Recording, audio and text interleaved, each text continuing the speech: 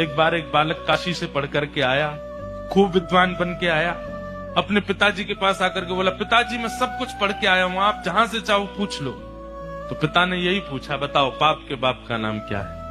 नहीं बता पाया। बोले ये तो नहीं पढ़ाया गुरुजी ने। बोले ढूंढ के आओ कौन है पाप के बाप। बालक ने कल पढ़ा ढूंढने के लिए, तभी 2-3 दिन निकल गए, कहीं से उत्तर नहीं मिला पाप का बाप कौन। तभी एक घर के बाहर गौ माता खड़ी थी, तुलसी का पौधा लगा था। बालक ने सोचा किसी वैष्णव का घर है, 2-3 दिन हो गए कुछ खाया पिया नहीं, यहाँ पे कुछ पा लेता हूँ। उस घर में जैसे ही प्रवेश किया, वो किसी वैष्णव का घर नहीं था, एक वैश्या का घर था। तो वैश्या ने जैसे ही बालक को देखा, ब्राह्मण बालक, त्रिपुंड लगाए, शिखा रखी है, धोती पहन करके, हाथों में वेद लगे हैं, तुरंत वैश्या आई जल का पात्र लेकर के, महाराज जलपान कीजिए।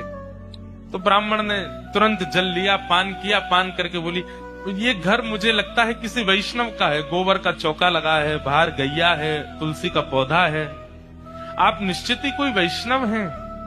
वैश्या बोली, वैष्णव का तो नहीं पता मैं हूं कि नहीं, पर मैं एक नगर वैश्या हूं। जैसे ही कहा नगर वैश्या, ब्राह्मण बालक तो तुरंत बाहर गया, वमन करने लगा, अपने पेट में हाथ लगाने लगा, पानी निकालने लगा बाहर। वैश्या बोली, क्या कर रहे हैं आप? बोले, पाप का बाप ढूंढने निकला था, वो तो मिला नहीं, तुम्हारे घर पर आके जल पी लिया, पाप और कर दिया मैंने। अरे तुम्हारे घर का पिएंगे हम, तुम्हारे हाथ का खाएंगे हम। जैसे ही सुना कि पाप के बाप को खोजने निकले थे, वैश्या ने मन में सोचा, ज्यादा दूर नहीं जाने दूंगी, यहीं मिलाती हूं।